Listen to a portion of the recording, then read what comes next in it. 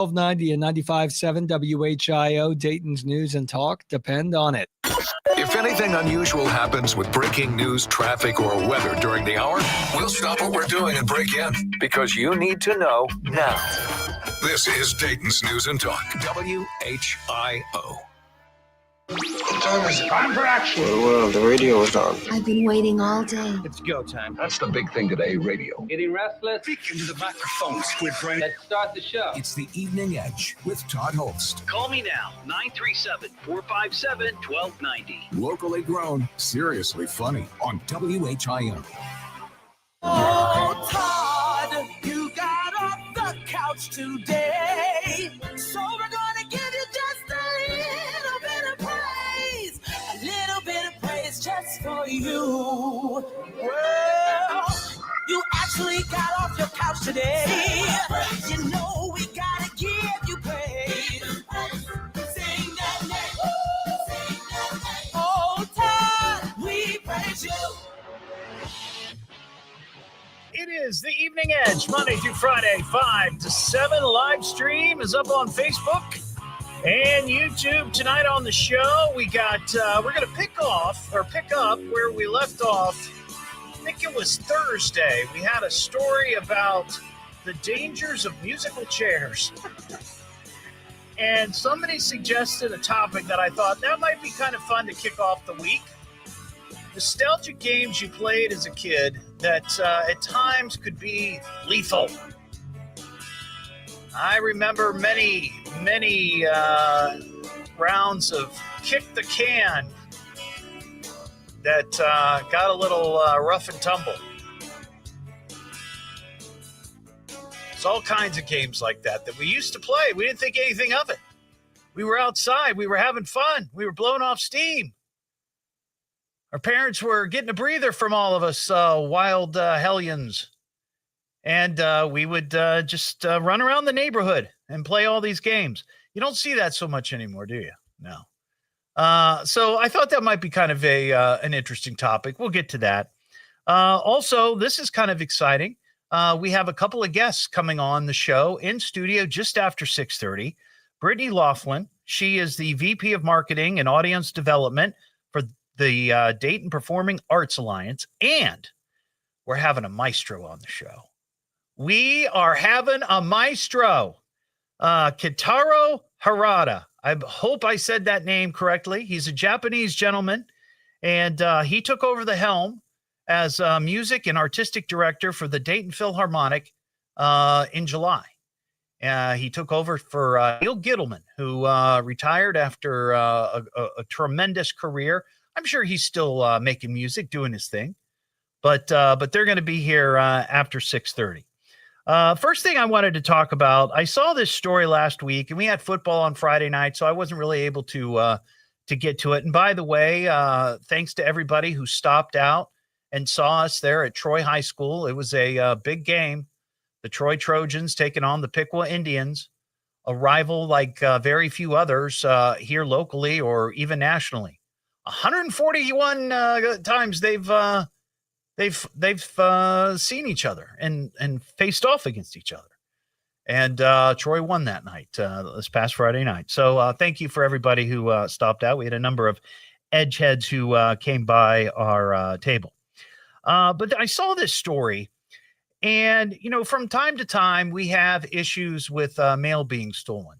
Now, a couple of years ago, and I guess even maybe earlier this year, there were issues of punks stealing mail out of those big blue mailboxes that people see on street corners, right? And by the actual post office.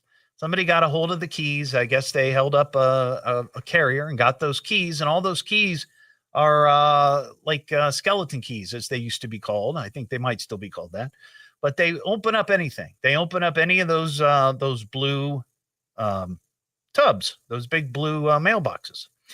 But this story has to do with people being caught on camera actually stealing mail out of people's mailboxes. And this is happening in Butler Township. The story that I saw on WHIO.com that says, people are angry after thieves stole mail right from people's mailboxes. This happened, I guess, Tuesday night, Wednesday morning, somewhere in there. And this was on, it was on Little York Road between Frederick Pike and Meeker Road, as well as the Allwood Road plat. So 911 gets a call from somebody who says, hey, we caught several people on camera around 3 o'clock in the morning walking down the street and taking mail from mailboxes. They see two people walking down the middle of a road, and a third person runs up behind them with a dog.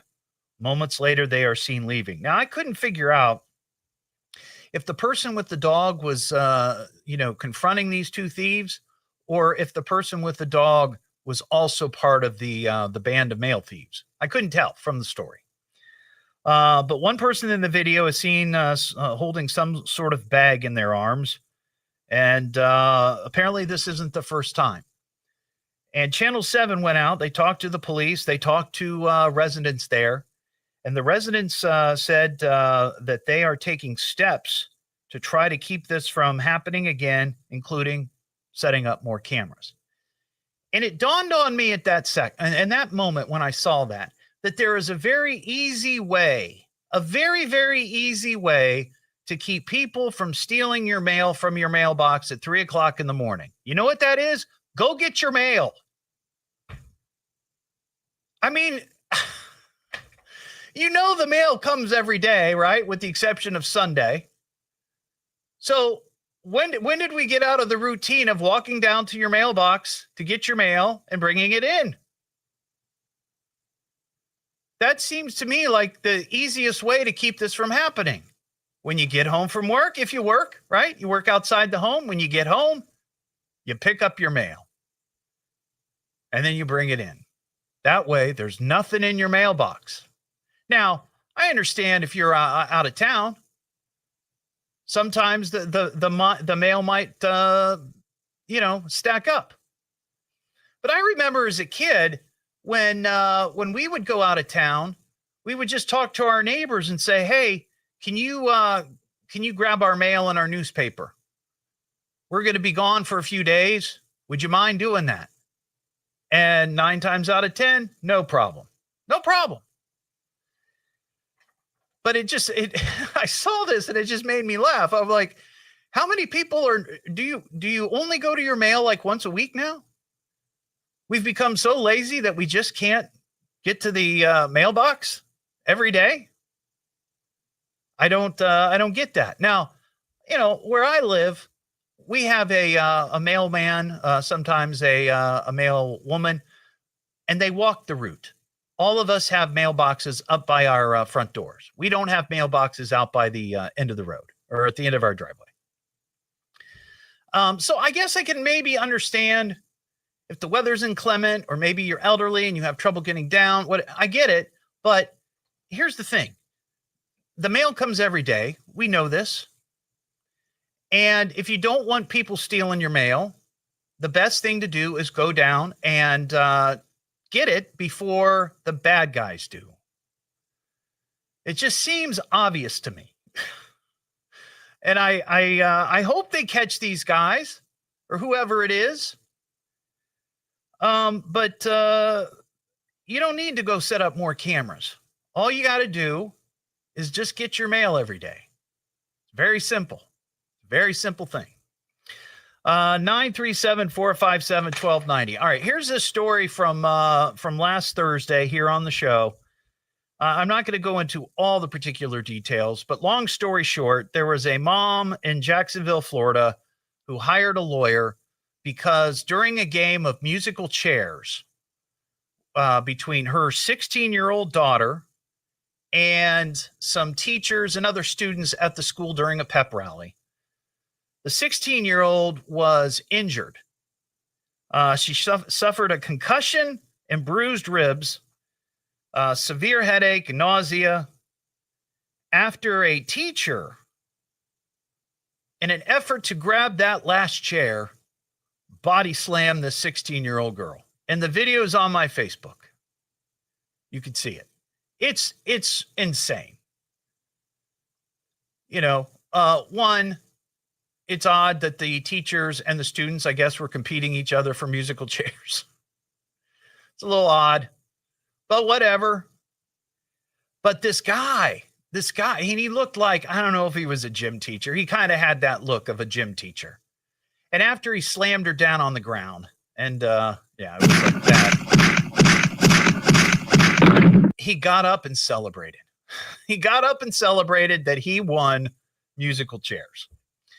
So that got us on the idea, and I think somebody mentioned this, that we ought to have that topic of games that kids used to play that used to be, just sort of commonplace. You'd see kids playing Red Rover, send Parker right over, and then Parker would run across the yard and get clotheslined and taken down. I would, especially because I'm pretty slight. So. Yeah, exactly.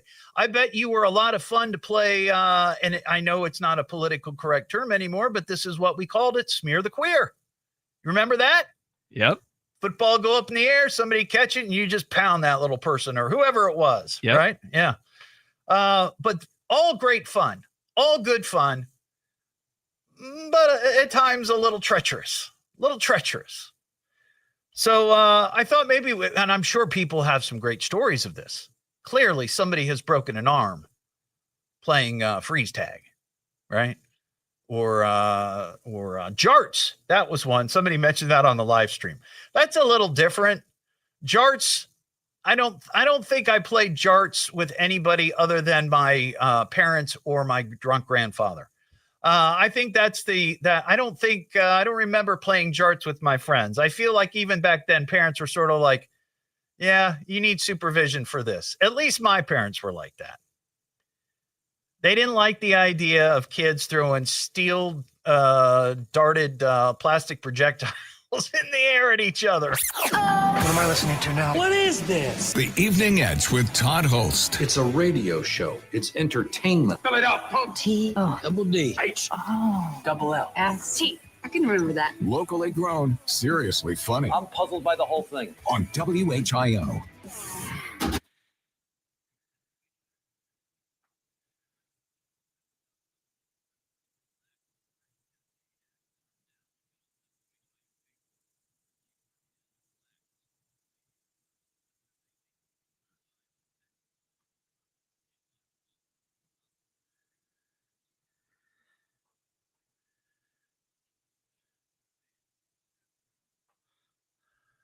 Homemade gymnastics?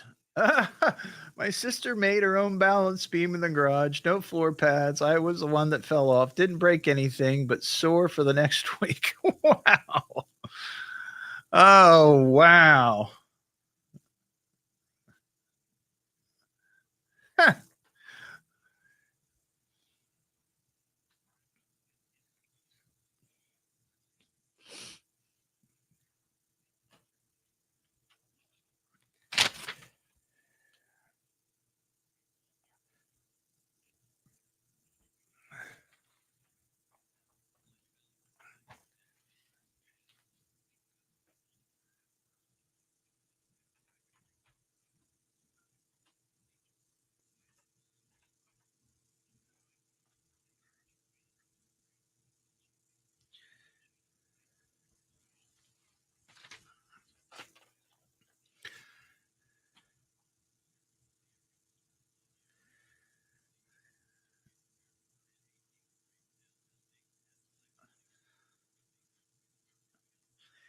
Had a great time over the weekend. We went to, I'm sure some of you saw the pictures. We were at the Concours d'Elegance.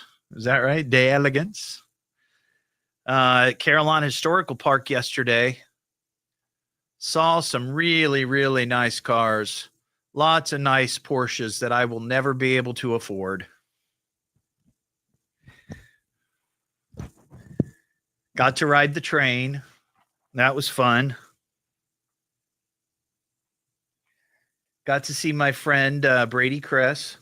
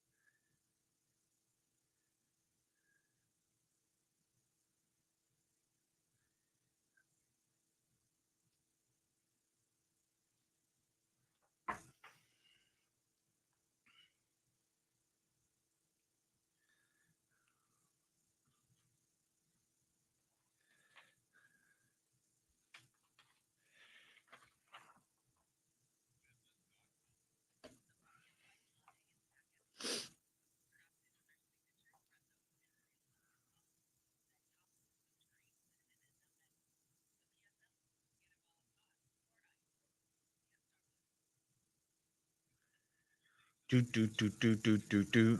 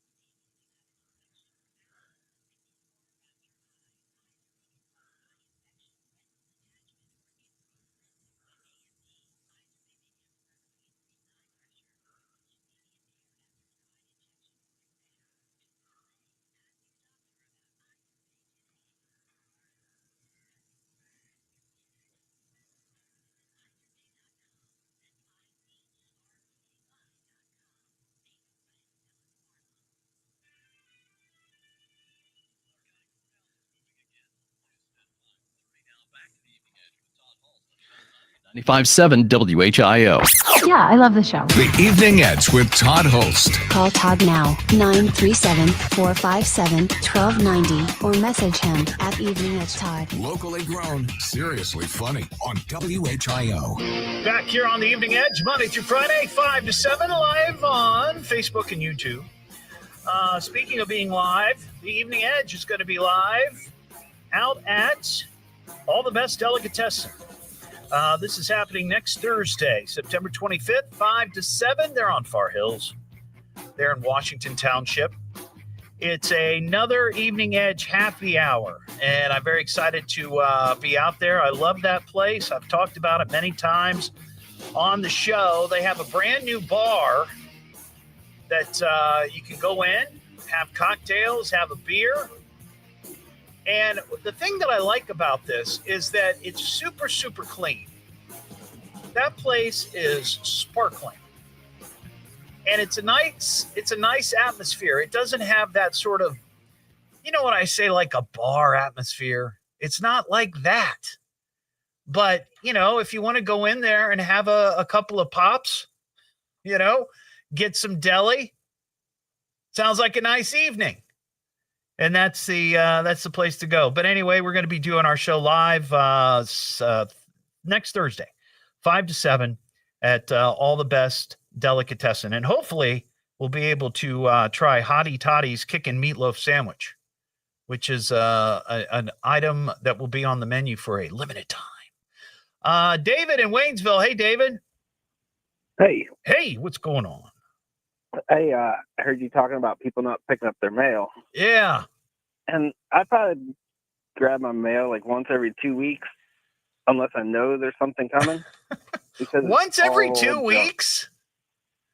Yeah, it's all junk mail. Well, I will say that many people have gone paperless, and 9 times out of 10, it is mostly junk mail. But there are times when things do come in your mail, and I know if you know that you're getting a new credit card. You know, like I lost my debit card. So I'm expecting a debit card in the mail, right? So I know I better go out there and get it.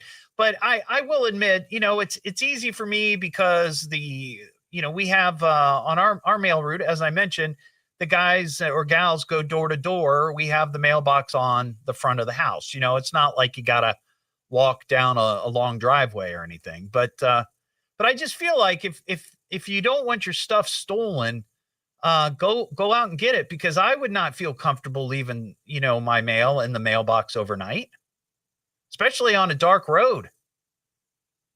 Yeah, I mean, if I know something's coming, I'll go get it. Right. But who cares? I pretty much check it when I take the trash out. I got you. Easy. All right, I get you. I'm like, really, who cares if they steal your junk mail, right? They can have it. Yeah, they can have my Costco ads. There you go. All right, David. Thanks, buddy. That line's open, 937-457-1290. I'd still love to talk about the old nostalgic games we played as kids. Kick the Can, Freeze Tag, Red Rover, all those games that used to be innocent and fun, kids don't play anymore. And I don't know if it's because kids don't like going outside, or if somebody came along and said, those games might be a little dangerous. It's the Evening Edge with Todd Hollst. Locally grown, seriously funny on WHIO.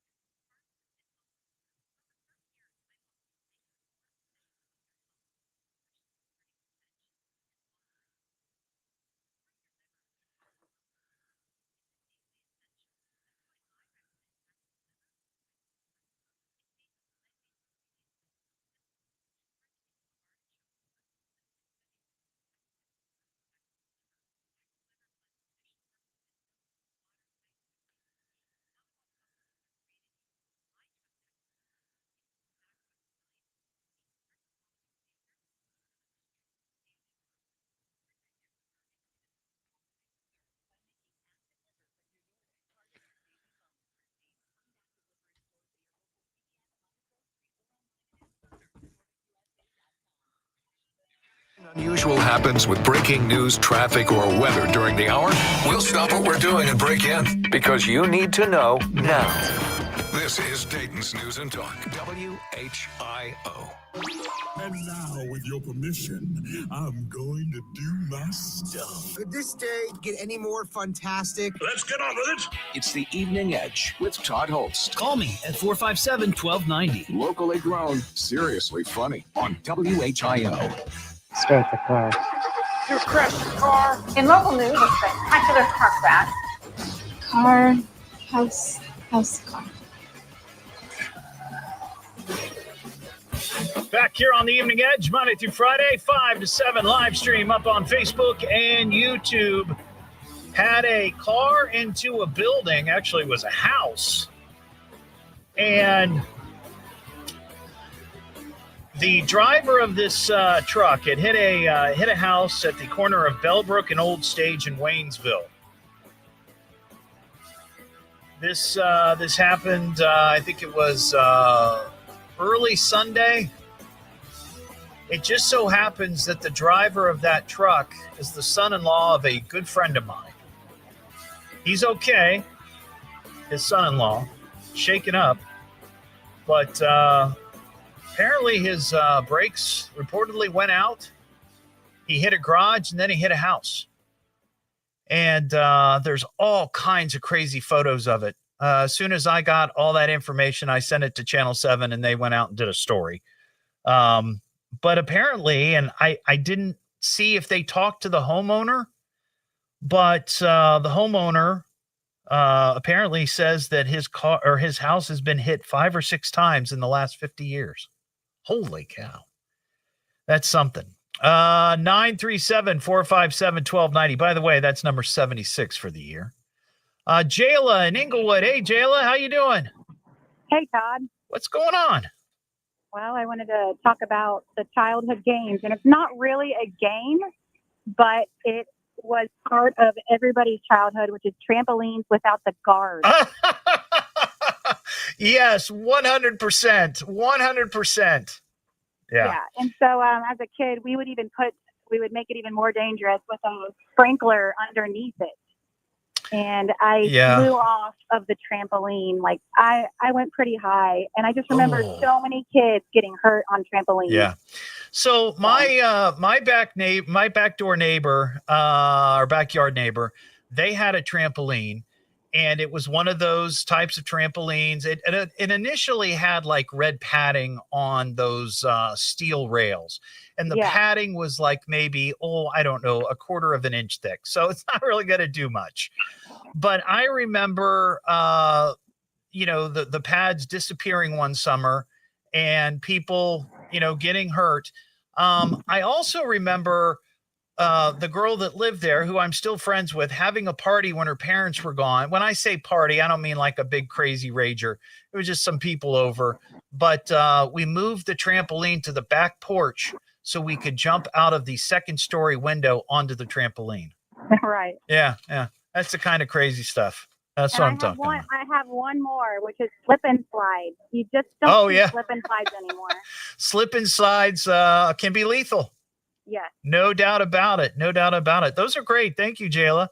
937-457-1290. Parker, you raised your hand. Did you get hurt on a trampoline? Oh, yeah, I did. Yeah? Break anything? My right leg. You broke your leg on a trampoline. Both bones, too.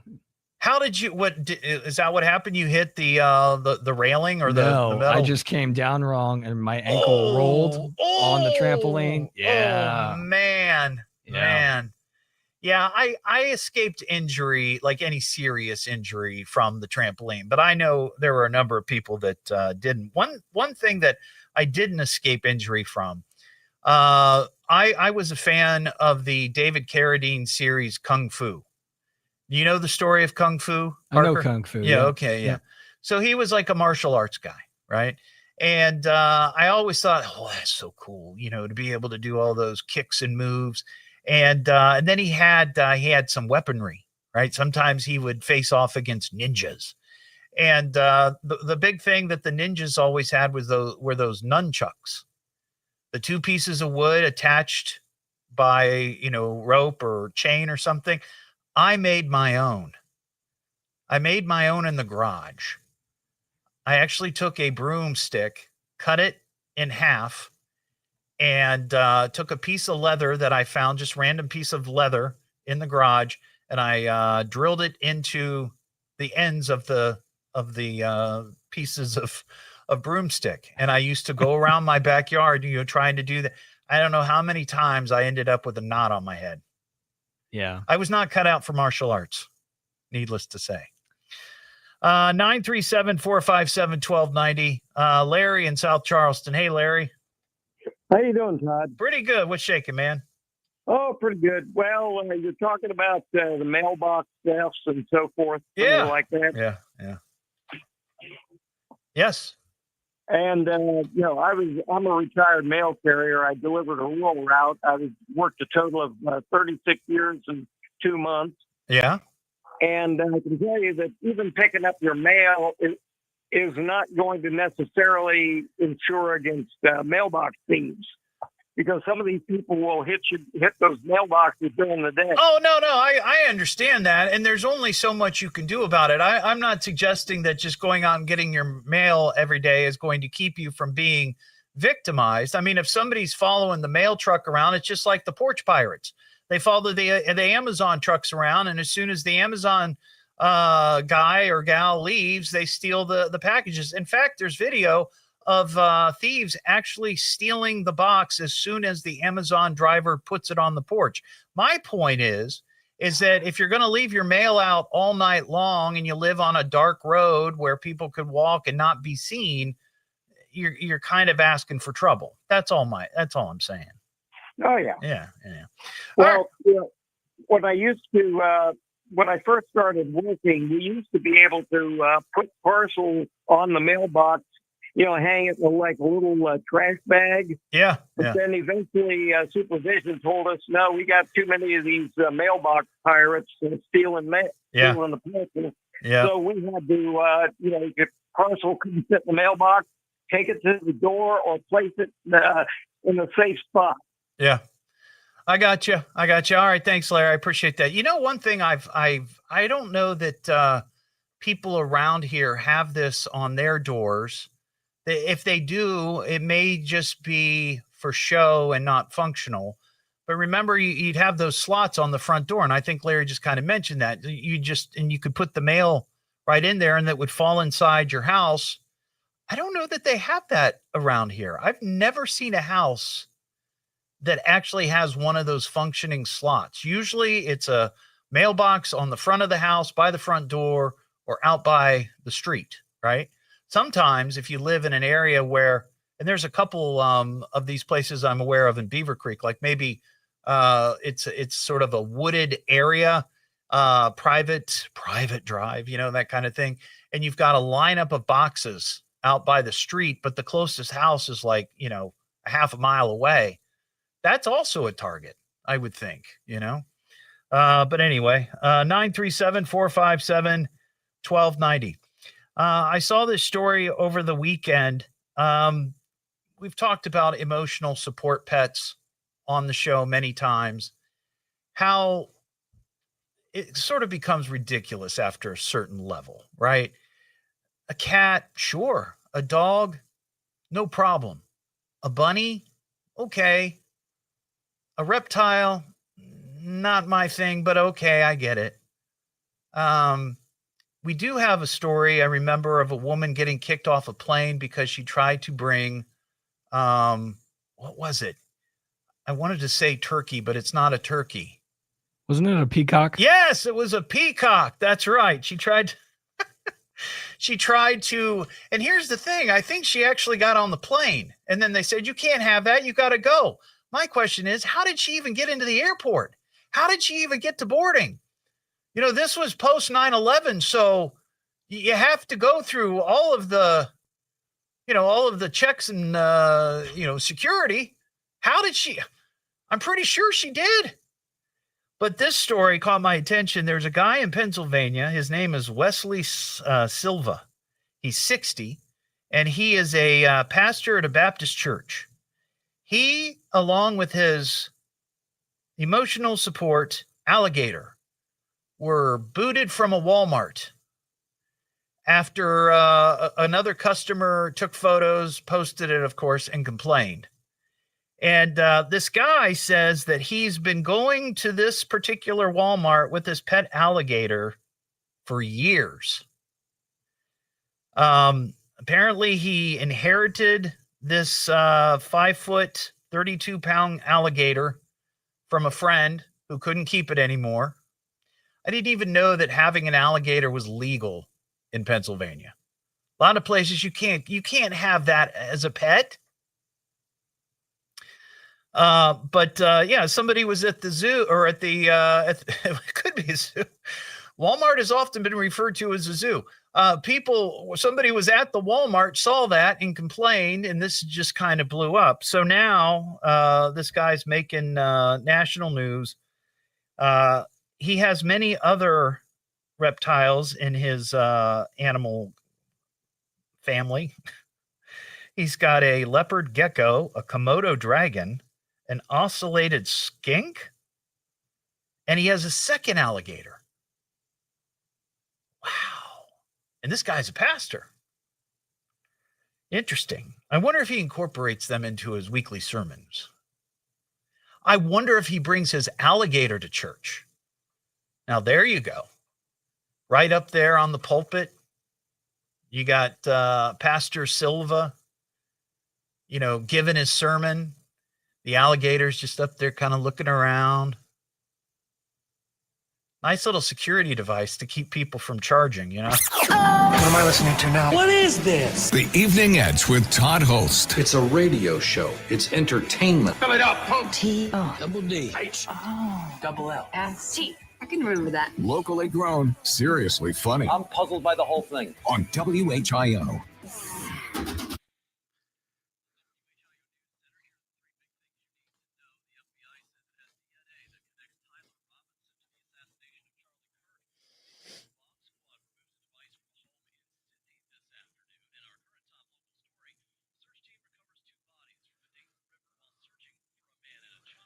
Wow, Paula.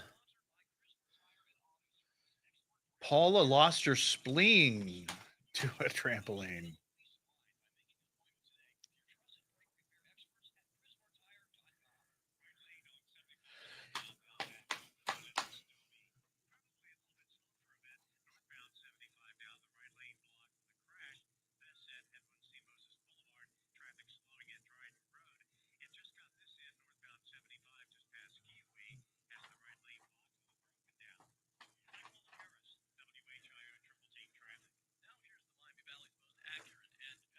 Oh, no, Ron. Oh, that's painful.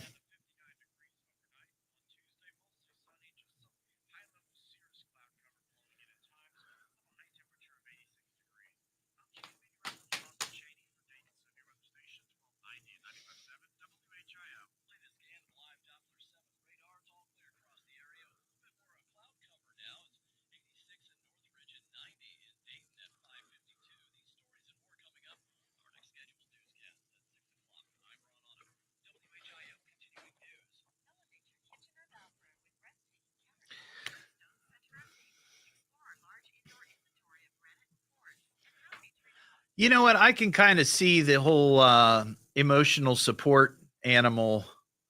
Hey, David. I guess I should say Boy Scout. Hey, Boy Scout.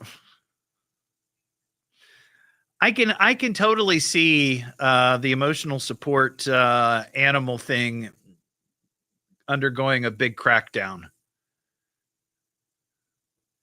He's like the pendulum's going the other direction on things like that. I'm like, nope, ain't happening. No more emotional support, anything.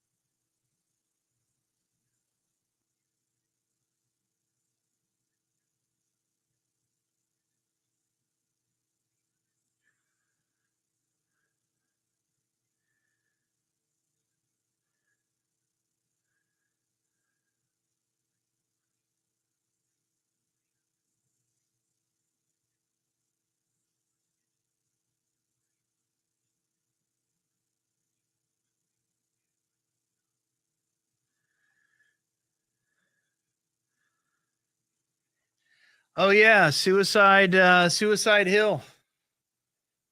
I remember that.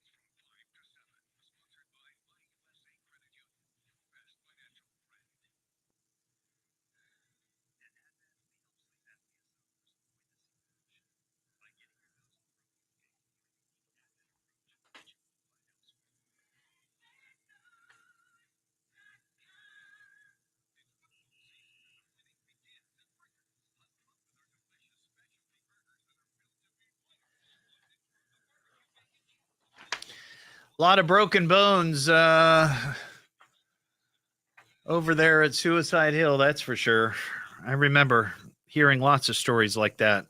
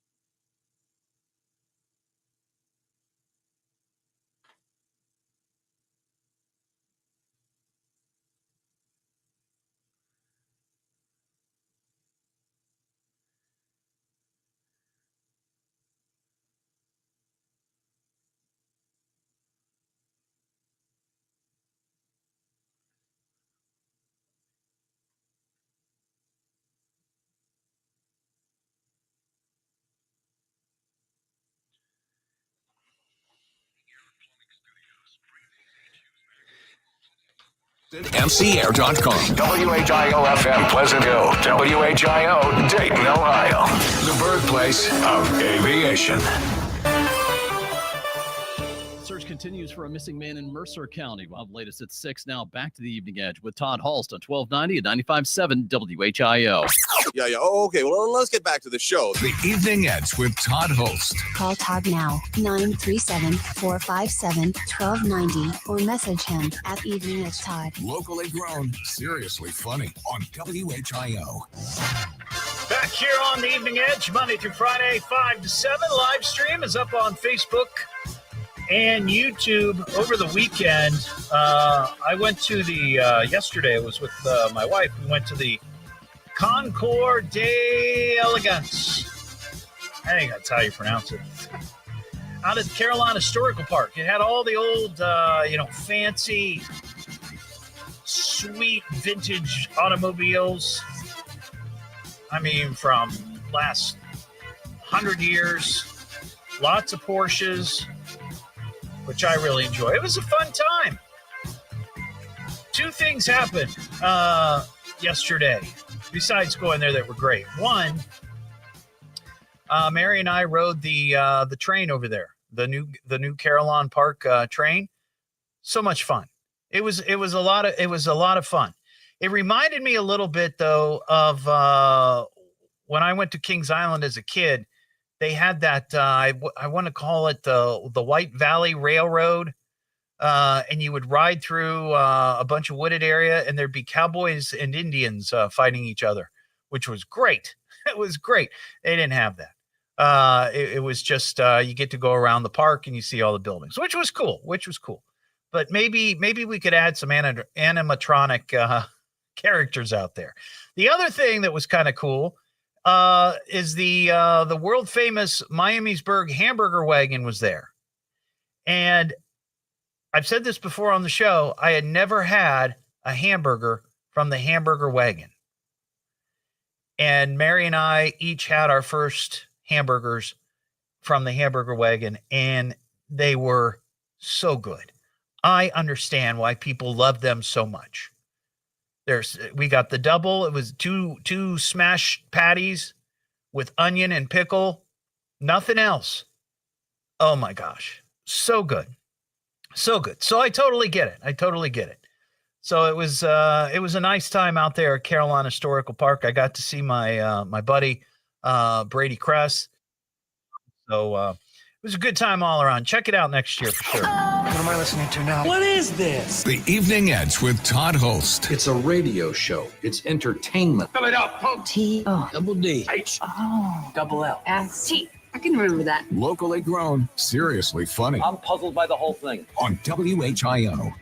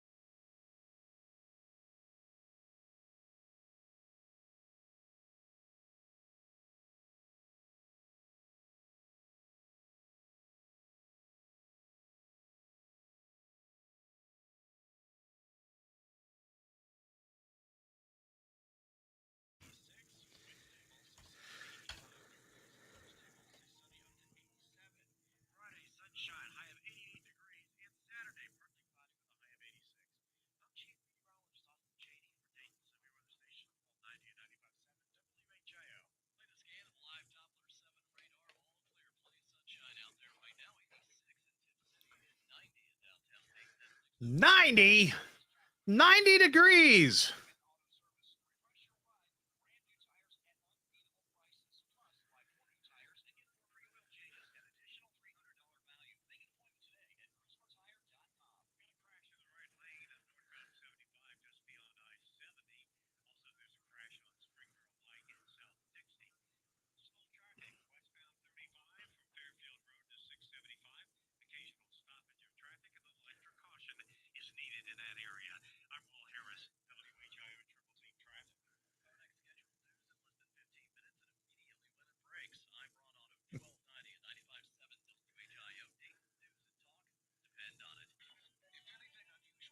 With breaking news, traffic, or weather during the hour, we'll stop what we're doing and break in because you need to know now. This is Dayton's News and Talk, WHIO.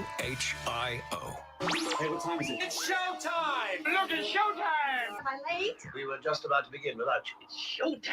Oh, this will be great. Well, what are we waiting for? Showtime.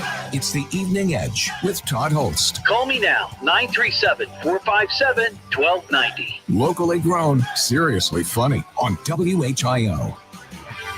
That's hot. That's hot. That's hot. So hot. Personally, I think it's hot. That's hot. That's hot. So hot. Oh my God, that's hot. I think it's hot. That's hot. That's hot. This is hot. It is so hot. That's hot. So hot, right? I think it's so hot. It's so hot.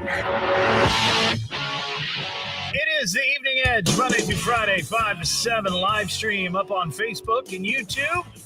Coming up after 6:30, scheduled to appear. This is the first time that we've ever had a maestro on the show. This is big. Maestro Keitaro Harada. I hope I said that name right. With all due respect, I feel like I think I got it right, but we'll see. He's a Japanese gentleman, and he took over the helm as the music and artistic director of the Dayton Philharmonic back in July. So he's going to be on the show tonight, in the studio, on camera, as well as Brittany Laughlin. She is the VP of Marketing and Audience Development for the Dayton Performing Arts Alliance. So it's going to be an exciting season with the Arts Alliance. And, of course, the Dayton Philharmonic. So we're going to talk to the maestro and see how that goes. So that's coming up on the show. We also have some recall news, and it has to do with exploding bottles of wine, which is disconcerting, right? Apparently, these bottles of wine can, well, just explode. I think we have a clip, don't we? Yeah. On their own. So we'll get to that. The first thing I wanted to get to this hour, this has come up on the show a number of times over the last month or so, a couple months, in fact. We've had stories where adults are being arrested or investigated for biting other people. That is, something traditionally, which has been sort of a kid thing. Kids sometimes will bite each other. I remember biting. I remember being bitten. My son was bitten. He bit somebody. Happens at daycare. That kind of thing. And it's not unheard of. It's not unusual. But adults biting each other in aggressive, ways, is a bit unusual. And when it happens, you're like, we got to talk about this. Now, I remember sort of the top tier of the biting attack happened right here in the Miami Valley. You remember we had that story a year or so ago where there was a road rage incident near 35 and Woodman, and somebody bit another person's ear off. Remember that? Yeah, there was some sort of incident. The guy tooted his horn. The guy got mad. Went out and bit the guy's ear. But anyway, adults keep biting each other, and it's ending up in the news. So this is a story just like that. So this happened in Turkey. 60-year-old shop owner was closing up his store near Istanbul when two men entered right at closing with the clear intention to steal from him. So the 60-year-old was not going to take this lying down. He fought back, and he ended up immobilizing one of the bad guys. But in the process, the bad guy bit his hand, just like chomp right there on his hand. And of course, the pain being excruciating, the store owner had to let go of the guy, and they took off. So after his store was, almost robbed and his hand was bitten, he goes to the hospital and they just wrap him up, clean him up, wrap him up, and that's that. Well, a few days later, he starts having some fever and tremors, and his hand is really, really hurting. So he goes back to the hospital, and it turns out that he got an infection from the bite. And in fact, doctors will tell you that a bite from a human can be more infectious than a bite from, say, a pet. So this guy ends up in the hospital, and the infection spreads from his hand up his arm to the point where they start considering amputating his arm, all because he got bit by a bad guy. But fortunately, a doctor had this idea. Said, "Hey, let's put the arm in a hyperbaric oxygen therapy tube or whatever," and it took care of it. It killed it, and the guy was fine. He got his arm back, no problem. But I don't know what it is. The trend of people biting other people, it seems to be on the increase. It seems to be happening more often. And I don't know if it's because of the popularity of zombies, or people are just unhinged. They don't know how to use their words anymore. So they just, lash out by biting. But I saw that and I thought, it just continues. It just keeps continuing. Parker, can you hop on? You are the residential sports expert here. That's what they say. Do they? I do. Do other people? Yeah, I think so. I think so. Okay. Well, that's good. That's good. So yesterday was a big day in football, as every Sunday is during football season. Heck yeah. The Bengals, they won, but in the victory, they may have lost Joe Burrow for the next 3 months? 3 months. So, and it's not a may have. They are. He's done. Yeah, he's done. So I've heard this before. This turf toe. That something happened yesterday during the game. I've heard that term before, but I don't really know what turf toe is. I know you're not a doctor and you don't play one on the radio, but do you have any idea exactly what turf toe is? I believe I think it's when you hyperextend your foot. Okay. And well, so you it has something to do with hyperextending your foot. Okay. To where you damage the bones in your toes. Okay. But does it only happen on AstroTurf? Because that's the thing that I used to always hear is players hated playing on AstroTurf because of the dangers of turf toe. And I've never heard anybody talk about that playing on grass. I mean, I played, I've mentioned many times, I played soccer, and we played on natural grass fields. And the only time I ever heard of anybody complain about turf toe is when we would end up playing indoor soccer, which was on AstroTurf. But I never had it, and I don't know that I knew anybody that experienced that, the turf toe. I've never had it either, so I don't know. So he's done for 3 months. That's what they say. Reports say. That's the season, basically. Almost, yeah. 3 months from right now, there would probably be about 2 weeks left in the regular season. Yeah. And at that point, the ship has sailed. Yeah. Right. So who's gonna back up? Come in. Jake Browning. Okay. It's the guy who came in yesterday. Didn't play bad. They won the game. Yeah. So you never know. Interesting. And then the Browns. Did they even show up? They had a rough day yesterday in Baltimore. But did you know, Todd, that the Ravens celebrated their 30th anniversary season with the Browns in town yesterday? Did you know that? I did not know that. Do you know the significance of that? Well, I do know that the Browns left in the middle of the night and no. Wait. That was the Colts who left in the middle of the night from Baltimore.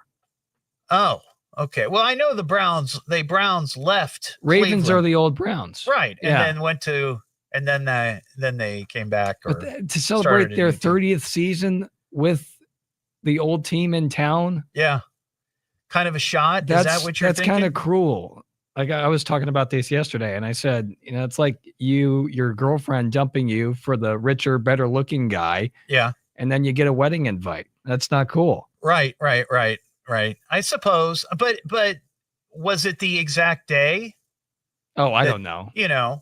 I mean, if it was the exact day, like an anniversary, then you can't help who gets scheduled. Well, I doubt that. But so they just decided to make it. Well, that's what the Ravens said they were planning on it being their first home game of the season. Yeah. And they planned it before the NFL schedule gets put out. So I think that was the NFL's doing. Oh, so maybe it was always looking for drama. Yeah, you bet. Speaking of football, this Friday night we've got Todd's tailgate party, and it's going to be at Beaver Creek High School, which I'm very excited about because one, it's their homecoming. It is. 2, of course, I graduated from there. It's also Todd's homecoming. It kind of is. And what's kind of cool, and I didn't share this with you, but a buddy of mine who played football at Beaver Creek is going to be one of the co-hosts out there for our tailgate party. Because I don't think Ron's going to be with us, right? No. He's going to be at another game. Nope. Ron will be going north to Mercer. I think it's Mercer County, Coldwater. Yeah. They're playing Minster Friday night. So Ron will go up there with Jake Magnotta. And I will be going to Beaver Creek, and we'll have Woody from K99 out there with us. He'll be doing the game with me. Awesome. Oh, that'll be fun. Yeah. That'll be fun. But my buddy played football there. And awesome. he was on the team in 1985 when Beaver Creek won the WOL League and beat Centerville, which was great because you know who was quarterback? Kirk Herbstreit, right? You got it. Yeah. You got it. So it'll be kind of like a nice homecoming on Friday. I'm looking forward to it. Beaver Creek looks like they got a good team this year too. Yeah, they beat Northmont over on Friday, right? They did. Yeah. Yep. Yeah. So it'll be good. It'll be fun. I'm looking forward to it. What am I listening to now? What is this? The Evening Edge with Todd Hollst. It's a radio show. It's entertainment. Fill it up. Double D. H. Double L. S-T. I can remember that. Locally grown, seriously funny. I'm puzzled by the whole thing. On WHIO.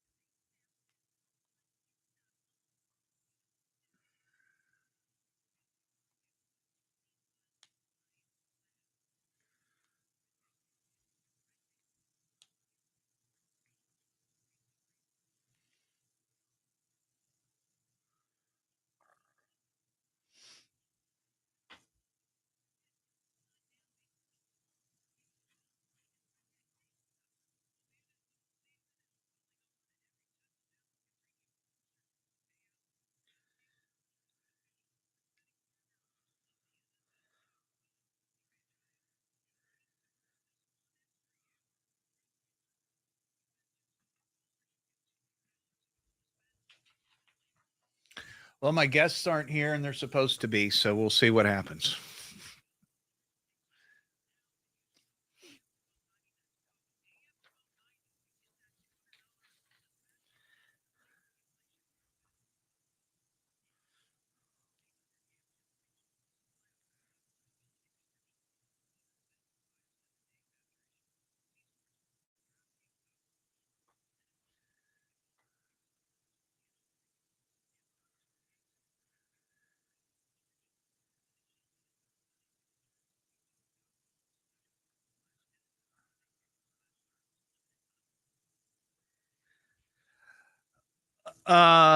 Jason, are you talking about the this right here?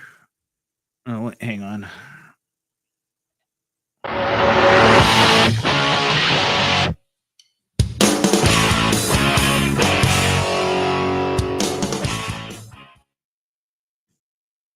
That is the song Celebrity Skin by the band Hole, which I always love that intro. I just like the intro. So that's the song I chose.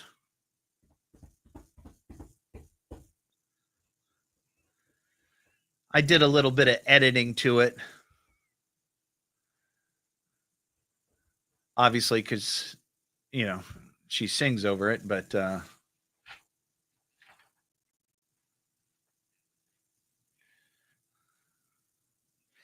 you know, I talked to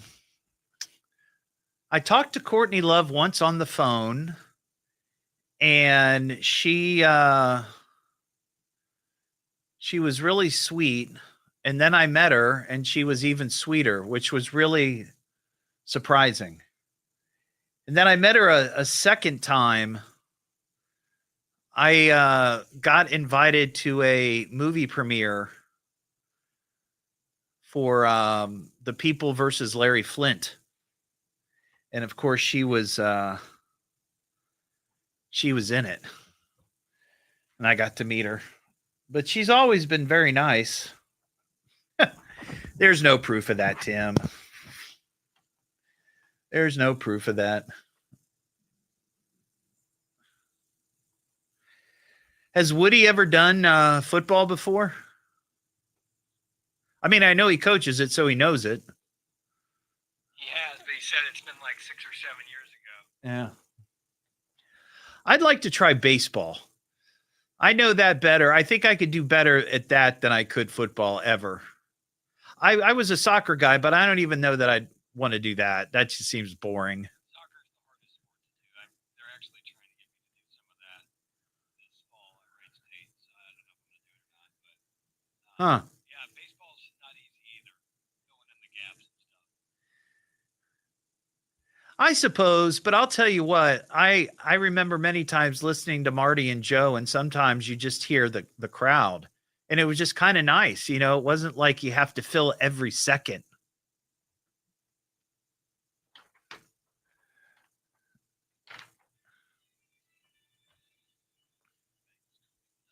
Row for 3 months. We'll have that for you at 6:30. Now back to the Evening Edge with Todd Hollst on 1290 and 95.7 WHIO. Now to get back to this show. The Evening Edge with Todd Hollst. Call Todd now, 937-457-1290, or message him at Evening Edge Todd. Locally grown, seriously funny on WHIO. Back here on the Evening Edge, Monday through Friday, 5 to 7, live stream on Facebook and YouTube. Mark your calendars. Next Thursday, September 25th. It's another Evening Edge happy hour. We're going to be doing the show live at All the Best Delicatessen, 5940 Far Hills Avenue in Washington Township. They've got a new bar. They've got an incredible menu. I love their egg salad. They add mushrooms. I love it. And I'm hoping we get to sample the Hottie Toddy's Kickin' Meatloaf Sandwich. I went in there one day, probably a month or so ago, and they brought out some samples, and I said, "Oh, this is great. I love this." And they were like, "Oh, we're thinking about putting this on the menu. So we talked about it here on the show, came up with some great ideas. And we've come up with Hottie Toddy's Kickin' Meatloaf Sandwich. It's served with pepper jack and horsey sauce. I'm telling you, you're going to love it. You're going to love it. So they'll have other specials going on, $2 off all bottled and draft beers, well drinks, and any wine. And I got to try the pickleback shot. It's a classic combo. You for $9, normally $9. You get it for $6. You get a shot of tequila or whiskey with a pickle juice chaser. Parker's like, oh my God. But I've not tried it, but I've talked to people who have there, and they say it's actually pretty good. Pretty good. I would try it. It just doesn't sound appealing. Right. You know, when I was growing up, whenever my mom would make spinach, my dad and I would fight over the spinach juice left over. Yeah. I've had pickle juice before. It's pretty good. We got some recall news. Are you satisfied with our product? No, not at all. It's junk. What a ripoff. Down the recall. I want my money back. Hunk of junk. What a ripoff. It fell apart pretty quick. You ripped me off. I want my money back. This is a recall for bottles of wine sold at Costco, including here in Ohio. There's concerns. Let's see. It comes on the heels of the warehouse retailer recalling its Dubai chocolate. I didn't hear about that. But anyway, according to the letter the warehouse club sent to members, unopened bottles of its Kirkland signature Prosecco Valdibadom, I think is how it's pronounced. Valdobbiadene. Yeah, I don't know. I think I was pretty close. Anyway, it has a risk of shattering even when not handled or in use. It's a sparkling wine. It was sold between April 25th of this year and August 26th. And they say that just randomly, the bottles of wine can explode. So check your wine rack. Make sure you don't have that wine. If you do, I'd put it like in a trash can somewhere. What am I listening to now? What is this? The Evening Edge with Todd Hollst. It's a radio show. It's entertainment. Spell it out, punk. T-O. Double D. H. Oh. Double L. S-T. I can remember that. Locally grown, seriously funny. I'm puzzled by the whole thing. On WHIO. This is the station Dayton turns to first. The live team coverage of breaking.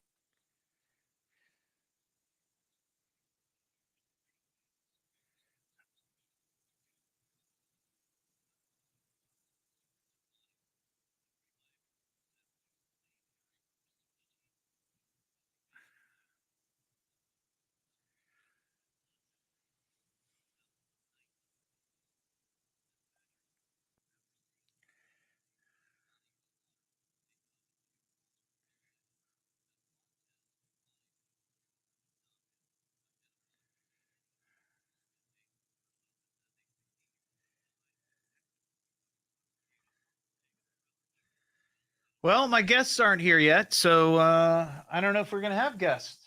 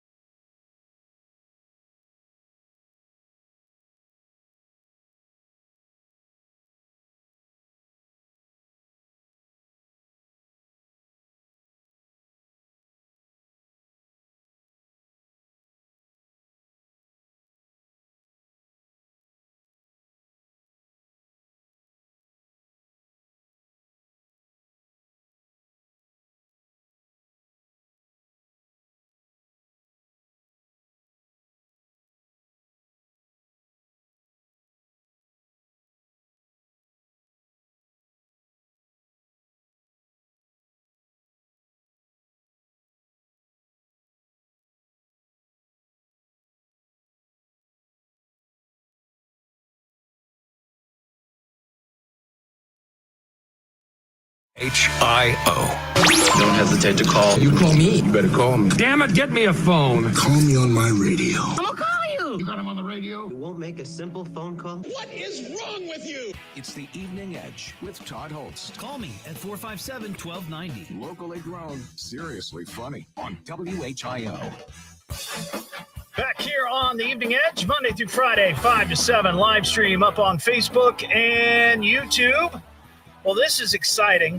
Whenever I can have artistic folks here on the show, I love doing it. You know, I'm a big fan of the Dayton art scene and performing arts. Used to be on the Dayton Ballet Bar. I was, yeah. We've got, this is great. So, first of all, hello, Brittany. I think we've talked and we've met before. Can you get closer to the microphone? Talked with the ballet corps. That's right. Came in. That's right. Last year, yeah. So. That's Brittany Laughlin. She is the vice president of marketing and audience development for the Dayton Performing Arts Alliance. And then joining her, this is great, Keitaro Harada. I'm the artsy guy. You are the artsy guy. Absolutely. Yeah, this is great. So I've been talking about this on the show tonight. Mm-hmm. You are the first maestro to ever appear on this show. Oh, really? You are the first. Let's give him a round of applause here. I want medals and certificate. You want? Oh, I can't hook you up with a medal. Okay, but I can get you a certificate. Yeah, I want it suitable like for framing and the time. And right. A signature. Yeah.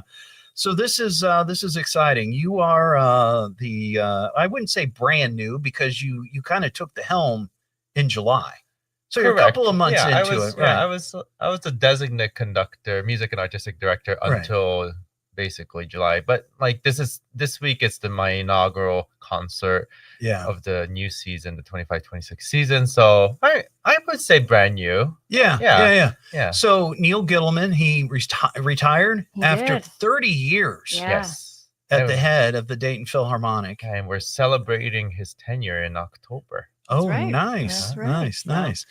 So, Kay, Yes. you're now you're running things. Mm-hmm. Now, the thing that blew my mind, and I've went through your bio and I went through the press release and all this, and I've heard of this before, but I don't know how on earth a conductor works with so many different orchestras throughout the country, throughout the world, all at the same time, because it's not like, like in radio, it's like you work for this station and then you no longer work at that station. You go work at you're not working for 10 other radio stations unless you're syndicated.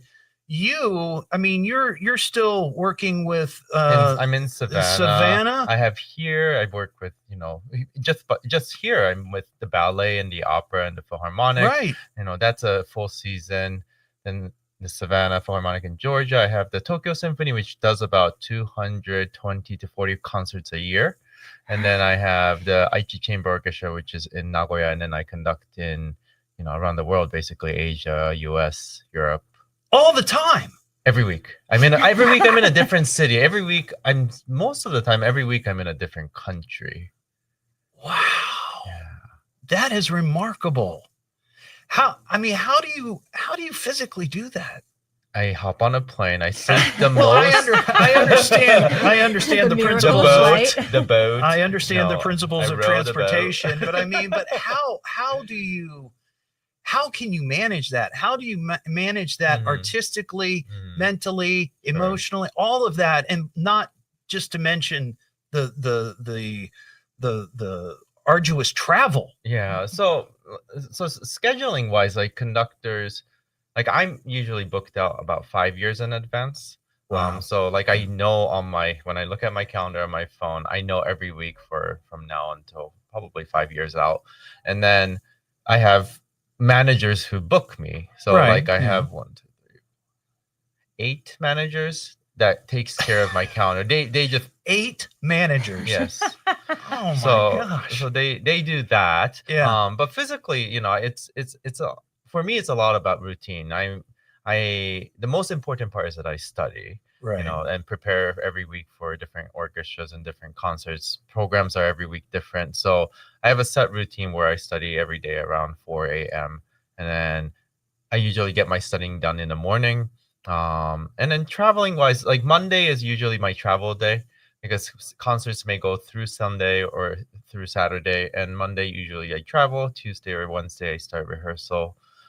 In regards to jet lag, I have a routine. I always walk outside in the new city with the sunrise. So I walk into the sun with the sunrise, and my circadian clock switches immediately. Like you can't do it through a hotel, window. Yeah, You have to yeah, actually yeah. physically go outside, and I love doing that. Like I get my coffee, walk outside, and then that really helps. And I don't know. I've been doing this for a while, so it's just a routine that I have kept, and I don't sleep that much.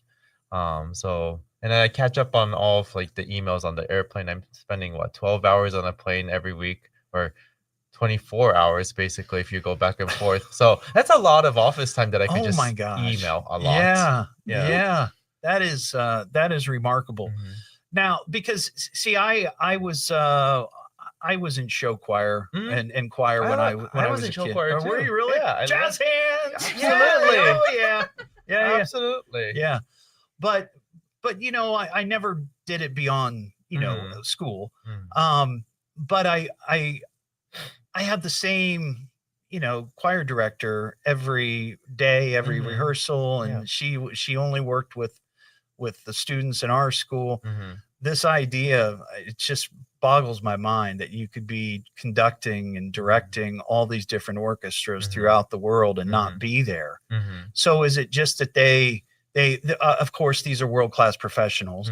They learn the music, and then when you show up, how do you, in those moments, are you adjusting what they do? Or and here's a part of it, I don't really understand how it all works, how a conductor works, because when I see a conductor, whether it be orchestra or choir or whatever, and they're up there and they're moving their hands and they're doing all their thing, there's a part of me, the cynical part of me, says, "Oh, this is just for show." They're just, but I know intellectually, like there is something there. I don't know. Can you articulate that at all? So an orchestra usually about 60 to 100 people in front of me, and then with the professional orchestra, we rehearse about 2 rehearsals. One rehearsal is about 2.5 hours. So we do maybe 2 sessions or 4 sessions, depending on the demand of the program. Sometimes it's just 1 session and then we perform. But you're with a group that is fluent with music. They're ready to go. Right. So you have a program. Like, for example, this week we have a program of 2 pieces. One is the Nielsen Symphony No. 4, and then the other one is the Rachmaninoff Piano Concerto No. 2. I have about 100 musicians in front of me that they all have an idea of how they want this piece to go. They all studied it in their own time, and then they have an interpretation that they like. They have a memory of playing this piece many, many years ago, or maybe recently, and they all come in with all kinds of ideas. So it's like a crock pot of idea on the very first rehearsal. The very first rehearsal, in the first couple minutes, I soak in all of their ideas without speaking. I hear what they do. I try to understand from their bodily gesture, and then from what the sound and the music that they make. And then the goal is to, without speaking, come with one, for me at least, one common denominator, one really attractive goal that everyone can agree to. Maybe not everyone, 90% of the orchestra can agree to. That is so attractive that everyone hones into this particular interpretation. So I come with my interpretation, but I don't demand that my way is correct. I take in everyone's, I put mine in, we mishmash, and then see which one is so unique for that particular week only. And they can forget about it after Monday or after Sunday. And I would say, I love sports. So a sports analogy would be like baseball. I'm in rehearsal, I'm the coach. I'm the coach that, or football, I'm the coach that gets creates the plays, like from point A to point B. Right. You know, you're gonna pass for this play, you're gonna pass it to this guy and that guy, and then someone's gonna run this way, and then we're gonna do touchdown. I'm the coach that really organizes all of the collective ideas during rehearsal. Then in performance, I have to be the player. So I have to be the quarterback. I have to be the runner. I have to be the guy looking at, you know, I can't coach anymore. I have to be with them in that moment, at that moment. Whoever needs me, I'm there for them, breathing with them, playing the music with them, because I don't make any sound. So I have to be with them and comfort them in a situation. So wow. I've never heard it explained that way. Mhm. That is remarkable. So whatever I do, actually, That's- physically, like the bodily gestures or, you know, shaking the head and the butt, has no effect really to the music. Right. It's more mental, and it's all about the ear. So the busiest part of my entire body in a rehearsal and a concert is my ear and my brain. It's not the physical part. I'm actually pretty relaxed physically, but my Right. brain and my ear is listening to what had just happened, what's happening now, and what is about to happen. Those are the three things that are happening simultaneously right now. So in a rehearsal, let's just say, and we're rehearsing, someone makes a mistake. In that split second, I need to figure out if this was a human error, if there's a mistake in the part, if it was an instrument that the keys got stuck. I need to make that decision and then look at the person's eyes and see, okay, was that a casual mistake? Is there something wrong? And then I have to make that decision of whether to stop, or if the musician shows some kind of like, oh no, it was just an instrument, or just a, you know, then I Right. don't waste time stopping and then just keep going. It's easy for a wind player or a brass player, but when I have, you know, 30 string violinists, I pick out the exact person that makes a mistake. I have to be able to hear that. So it's just the Wow. concentration Yeah. is crazy. So this is your debut, I mean your debut as the music director, yeah, because exactly. you did something 2 concerts before. Right, you Yeah. did, and I wasn't able to go to this, but you did something during the eclipse. Yeah, I did the Eclipse concert last year in the spring, and then this year in the spring, I did the AIDA performance for the Dayton Opera. So 2 opportunities that I've had a chance to work with the orchestra and then to do a concert here. So 4 Wow. performances Yeah. that I've done so far. Yeah. All right, let us go to a commercial. We'll come back and we'll talk quickly about the upcoming show. Okay, great. I appreciate it. Thank you for being here. This is Keitaro Harada. He is the music and artistic director of the Dayton Philharmonic, and Brittany Laughlin. She's the VP of Marketing and Audience Development for the Dayton Performing Arts Alliance. We'll be back in 1 minute. What am I listening to now? What is this? The Evening Edge with Todd Hollst. It's a radio show. It's entertainment. Fill it up, punk. T-O. Double D. H. Oh. Double L. S-T. I can remember that. Locally grown, seriously funny. I'm puzzled by the whole thing. On WHIO. Now from the W.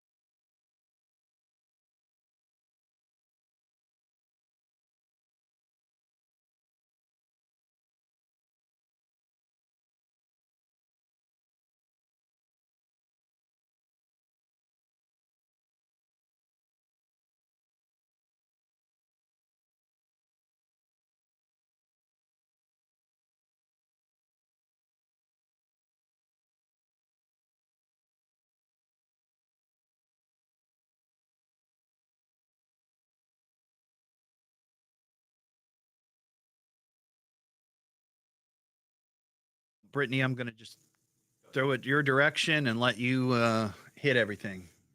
Perfect. We have performances on Friday.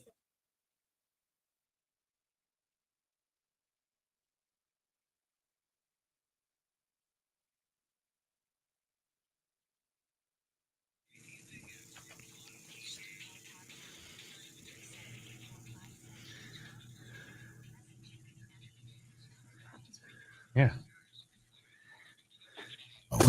Back here on the Evening Edge, Monday through Friday, 5 to 7. All right, we've got Brittany Laughlin. She's the Vice President of Marketing and Audience Development with the Dayton Performing Arts Alliance, and also Maestro Keitaro Harada. He is the Music and Artistic Director of the Dayton Philharmonic. You've got some shows going on this weekend you want to tell us about. Go for it, Britt. Absolutely. I just called you Britt, by the way. That's what okay. most people do. We've got performances this Friday and Saturday at the Schuster Center. That's the 19th and the 20th. You can get great piano side seats. Those are still available for, you can see Garrick Olson play Rock 2 close up. Tickets start at $5. You can get those at DaytonPerformingAlliance.org. It's going to be a really, really amazing opening performance. And $5 starting to $5 starts at $5. You heard me right. Oh my gosh. Yes, sir. We make it very accessible and affordable to come and enjoy the symphony. We are here to serve the community, and we do this for the community. We exist for the community, and so we want to see you there. Awesome. Well, Brittany, thank you for being on the show. Kay, it was nice meeting you. Nice meeting you too. I'm going to see you on Saturday because Mary and I are going to the show. Keep coming. We have concerts for John Williams next week. We've got Ballet Giselle. We've got Carmen Opera. There's so many things at the DPA. Awesome. Well, thank you for being on the show tonight. Thanks, Todd. Don't forget, you can get the podcast of the show at eveningedgetodd.com and all your other favorite podcast platforms. And you can go back and watch the live stream on Facebook and YouTube. Have a terrific Monday night. We'll be back tomorrow just after 5 here on the Evening Edge.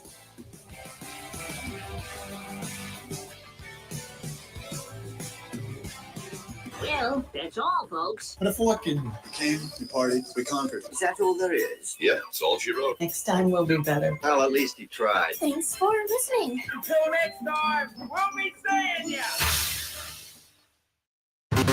All right, everybody. Have a great night. Thank you.